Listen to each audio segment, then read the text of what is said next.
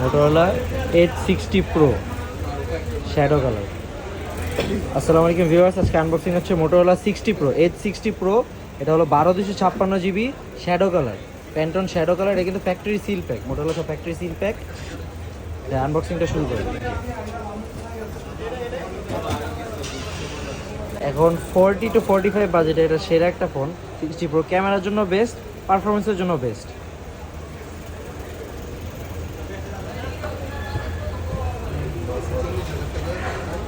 এর তো চয়েস অনেক ছিল মনে হয়, লাস্টে মোটোরোলাটাই চুজ হলো যে এটা একটু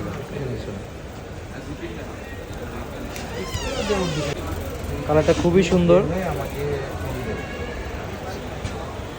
মোটোরোলার ডিসপ্লেগুলো একদম বেস্ট হয়, ডিসপ্লে এবং ক্যামেরা কার্ভ অ্যামোলেড ডিসপ্লে।